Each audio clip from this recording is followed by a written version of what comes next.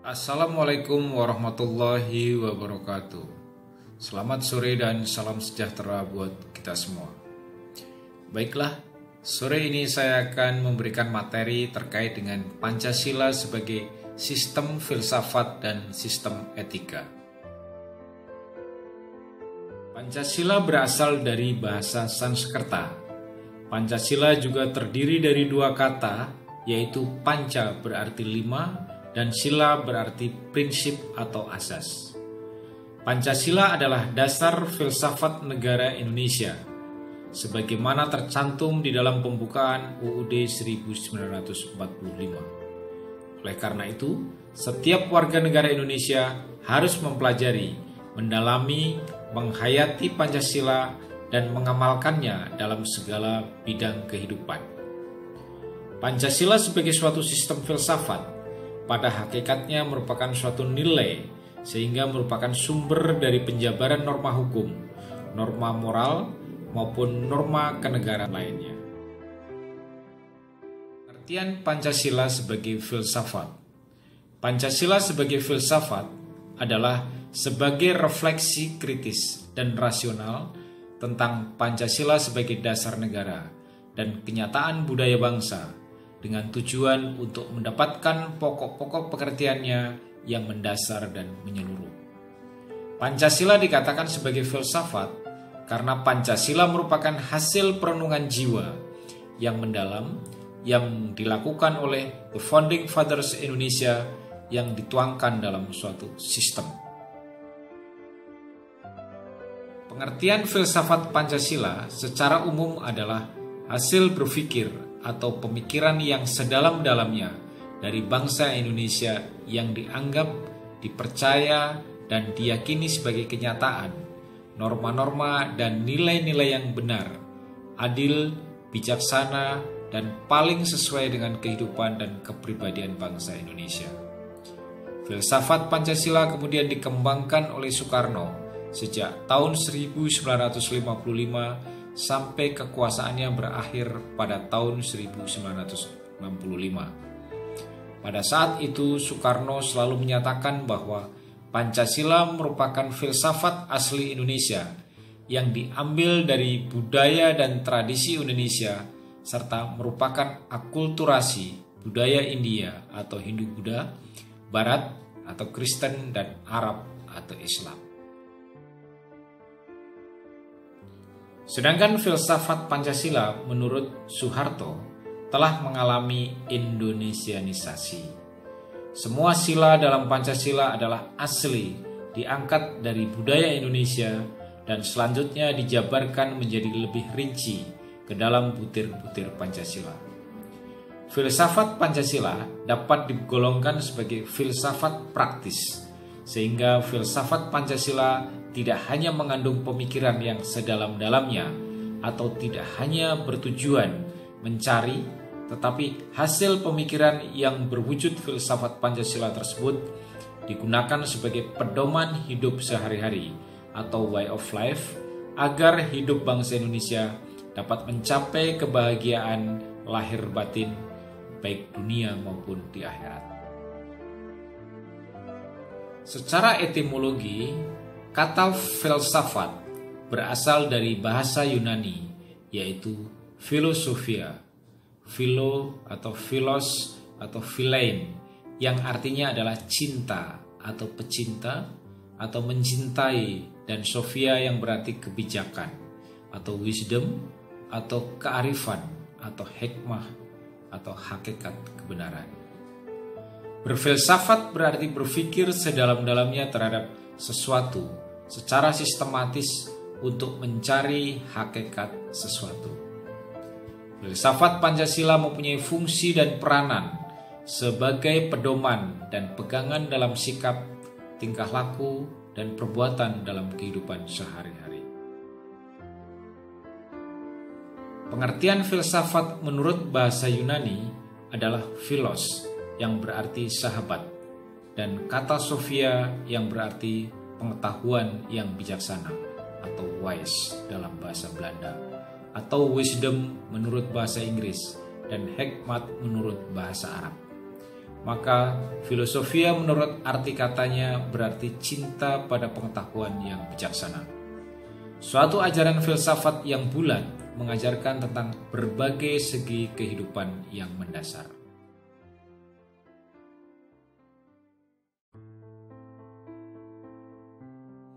Suatu sistem filsafat sedikitnya mengajarkan tentang sumber dan hakikat realitas, filsafat hidup dan tata nilai, termasuk teori terjadinya pengetahuan dan logika. Pancasila dalam pendekatan filsafat adalah ilmu pengetahuan yang mendalam mengenai Pancasila.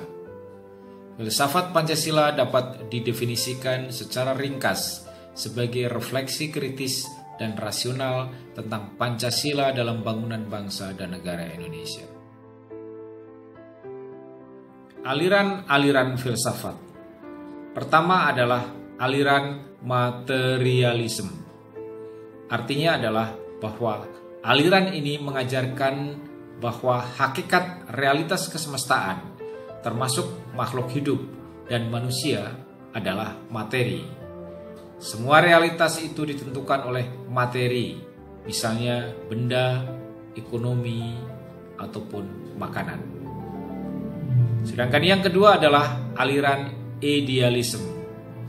Aliran ini mengajarkan bahwa ide atau spirit manusia yang menetapkan hidup dan pengertian manusia. Subjek manusia sadar atas realitas dirinya dan kesemestaan, karena ada akal budi dan kesadaran. Sedangkan yang ketiga adalah aliran realisme. Aliran ini adalah menggambarkan bahwa kedua aliran di atas yang bertentangan itu tidak sesuai dengan kenyataan. Realitas itu adalah paduan benda atau material dan jasmania dengan yang non-materi, yaitu spiritual, jiwa, dan rohania. Sedangkan pendekatan filsafat Pancasila adalah ilmu pengetahuan yang mendalam tentang Pancasila. Untuk mendapatkan pengertian yang mendalam, kita harus mengetahui sila-sila Pancasila tersebut. Inti isi sila-sila Pancasila, yaitu sila pertama adalah ketuhanan yang Maha Esa, yaitu nilai-nilainya meliputi dan menjiwai keempat sila lainnya. Dalam sila ini terkandung nilai bahwa negara yang didirikan adalah sebagai tujuan manusia sebagai makhluk Tuhan yang Maha Esa. 2. Sila kemanusiaan yang adil dan beradab. Sila ini secara sistematis didasari dan dijiwai oleh sila ketuhanan yang Maha Esa, serta mendasari dan menjiwai ketiga sila berikutnya. Dalam sila kemanusiaan terkandung nilai-nilai bahwa negara harus menjunjung tinggi harkat dan martabat manusia sebagai makhluk yang beradab. Sila yang ketiga adalah Persatuan Indonesia, di mana nilai yang terkandung di dalam sila Persatuan Indonesia tidak dapat dipisahkan dengan keempat sila lainnya, karena seluruh sila merupakan suatu kesatuan yang bersifat sistematis. Di dalam Persatuan Indonesia terkandung nilai bahwa negara adalah sebagai penjelmaan sifat kodrat manusia atau sebagai makhluk individu dan makhluk sosial. Kerakyatan yang dipimpin oleh hikmat kebijaksanaan dalam permusyawaratan perwakilan yang berada di dalam sila keempat tersebut, artinya adalah nilai yang terkandung di dalam sila keempat ini adalah demokrasi yang tidak hanya mendasarkan pada kebebasan individu. Oleh karena itu, demokrasi yang didasari oleh hikmat kebijaksanaan meletakkan kedaulatan di tangan rakyat dengan didasari oleh moral kebijaksanaan untuk kehidupan bersama yang harmonis, bukan persaingan bebas dan menguasai yang lainnya. Kelima adalah keadilan sosial bagi seluruh rakyat Indonesia, di mana hal ini mengandung arti bahwa negara Indonesia merupakan suatu negara yang bertujuan untuk mewujudkan suatu kesejahteraan untuk seluruh warganya, untuk seluruh rakyatnya. Hal ini mengandung arti bahwa negara Indonesia merupakan suatu negara yang bertujuan untuk mewujudkan suatu kesejahteraan untuk seluruh warganya, untuk seluruh rakyatnya. Nilai dasar adalah nilai yang mendasari nilai instrumental. Nilai dasar yaitu asas-asas yang kita terima sebagai dalil yang bersifat sedikit banyak mutlak. Sedangkan nilai instrumental adalah nilai sebagai pelaksana umum dari nilai-nilai dasar. Umumnya berbentuk norma sosial dan norma hukum yang selanjutnya akan terkristalisasi dalam peraturan dan mekanisme lembaga-lembaga negara. Nilai praktis adalah nilai yang sesungguhnya kita laksanakan di dalam kenyataan. Nilai praktis sesungguhnya menjadi suatu batu ujian apakah nilai dasar dan nilai instrumental itu benar-benar hidup di dalam masyarakat Indonesia. Nilai-nilai dasar dari Pancasila adalah nilai ketuhanan yang Maha Esa, nilai kemanusiaan yang adil dan beradab, nilai persatuan, nilai kerakyatan yang dipimpin oleh hikmat kebijaksanaan dalam permusyawaratan dan perwakilan, dan nilai keadilan sosial bagi seluruh rakyat Indonesia. Kita lanjutkan materi terkait Pancasila sebagai etika. Pengertian etika. Etika termasuk kelompok filsafat praktis dan dibagi menjadi dua kelompok, yaitu etika umum dan etika khusus. Etika merupakan suatu pemikiran kritis dan mendasar tentang ajaran-ajaran dan pandangan-pandangan moral. Etika adalah suatu ilmu yang membahas tentang bagaimana dan mengapa kita mengikuti suatu ajaran moral tertentu, atau bagaimana kita harus mengambil sikap yang bertanggung jawab berhadapan dengan berbagai ajaran moral. Etika umum mempertanyakan prinsip-prinsip yang berlaku bagi setiap tindakan manusia, sedangkan etika khusus membahas tentang prinsip-prinsip itu di dalam hubungannya dengan berbagai aspek kehidupan manusia. Etika khusus dibagi menjadi dua, yaitu etika individual dan etika sosial. Etika termasuk kelompok filsafat praktis dan dibagi menjadi dua kelompok, yaitu etika umum dan etika khusus. Istilah lain dari kata etika secara etimologis bahwa etika berasal dari bahasa Yunani yang artinya adalah ethos, yaitu watak, kesusilaan atau adat. Istilah ini identik dengan moral yang berasal dari bahasa lain, mos yang jamaknya mores, yang juga berarti adat atau cara hidup. Meskipun kata etika dan moral memiliki kesamaan arti, dalam pemakaian sehari-hari dua kata ini digunakan secara berbeda. Moral atau moralitas digunakan untuk perbuatan yang sedang dinilai, sedangkan etika digunakan untuk mengkaji sistem nilai yang ada. Dalam bahasa Arab, pandangan kata etika adalah akhlak yang merupakan kata jamak, khuluq yang berarti perangai, tingkah laku atau tabiat.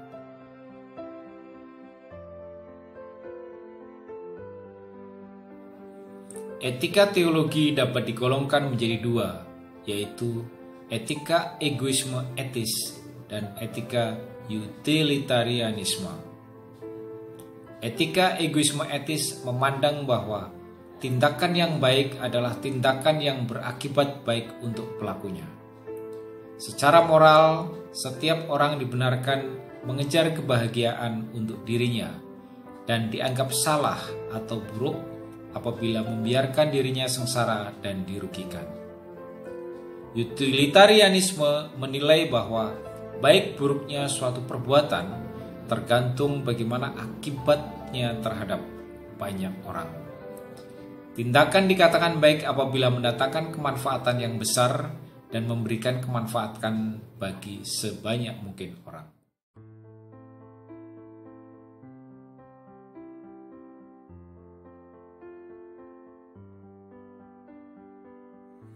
Etika Pancasila. Etika Pancasila adalah aktualisasi Pancasila sebagai dasar etika yang tercermin di dalam sila-silanya, yaitu sebagai berikut. Sila pertama, menghormati setiap orang atau warga negara atas berbagai kebebasannya di dalam menganut agama dan kepercayaannya masing-masing.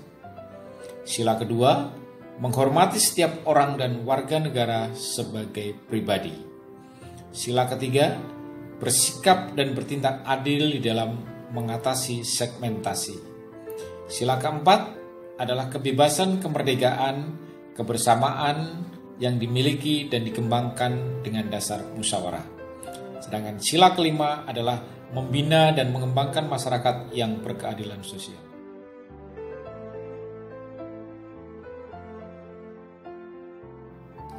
Hakikat etika Pancasila. Rumusan Pancasila yang otentik dimuat di dalam pembukaan UUD 1945 alinea keempat. Di dalam penjelasan UUD 1945 yang disusun oleh PPKI ditegaskan bahwa pokok-pokok pikiran yang termuat di dalam pembukaan ada 4, yaitu persatuan, keadilan, kerakyatan, dan ketuhanan menurut kemanusiaan yang adil dan beradab, yang dijabarkan di dalam Pancasila pasal-pasal batang tubuh UUD 1945. Menurut TAP MPRS nomor 20 /MPRS 1966 dikatakan bahwa Pancasila merupakan sumber dari segala sumber hukum. Sebagai sumber dari segala sumber hukum, Pancasila merupakan satu-satunya sumber nilai yang berlaku di tanah air. Dari satu sumber tersebut diharapkan mengalir dan memancar nilai-nilai ketuhanan, kemanusiaan, kerakyatan, dan keadilan yang menjiwai setiap kebijakan yang dibuat oleh penguasa. Berikutnya adalah nilai-nilai etika Pancasila. Etika Pancasila mempunyai nilai-nilai yang sangat mendasar di dalam kehidupan manusia. Di antaranya adalah nilai yang pertama adalah ketuhanan. Secara hierarkis, nilai ini biasa dikatakan sebagai nilai yang tertinggi karena menyangkut nilai yang bersifat mutlak. Nilai yang kedua adalah kemanusiaan. Suatu perbuatan dikatakan baik apabila sesuai dengan nilai-nilai kemanusiaan. Prinsip pokok dalam nilai kemanusiaan adalah Pancasila, adalah keadilan dan keadaban. Nilai-nilai yang ketiga adalah nilai persatuan. Suatu perbuatan dikatakan baik apabila dapat memperkuat persatuan dan kesatuan. Sikap egois dan menang sendiri merupakan perbuatan buruk. Demikian pula sikap yang memecah belah persatuan. Nilai yang keempat adalah kerakyatan. Di dalam kaitan dengan kerakyatan ini tergantung nilai lain yang sangat penting, yaitu nilai hikmat atau kebijaksanaan dan permusyawaratan. Nilai yang kelima adalah nilai keadilan. Apabila sila kedua disebut kata adil, maka kata tersebut lebih dilihat dalam konteks manusia selaku individu. Adapun nilai keadilan pada sila kelima lebih diarahkan pada konteks sosial. Pancasila sebagai etika politik. Sebagai suatu sistem kepercayaan, Pancasila hanya bisa bermakna jika nilai-nilainya tercermin di dalam tingkah laku abdi negara dan warga masyarakat secara keseluruhan. Idealnya, Pancasila hadir di dalam praktek kekuasaan negara, menjiwai setiap kebijakan pemerintah, menjadi landasan di dalam berbagai interaksi politik, serta menyemangati hubungan ekonomi, sosial, dan budaya bangsa Indonesia. Di dalam praktek pemerintahan, pengalaman nilai-nilai Pancasila seharusnya menjadi landasan etis. Pancasila sepatutnya hadir sebagai suatu sistem yang mewakili kepribadian bangsa. Penerapan nilai etika Pancasila dalam kehidupan politik.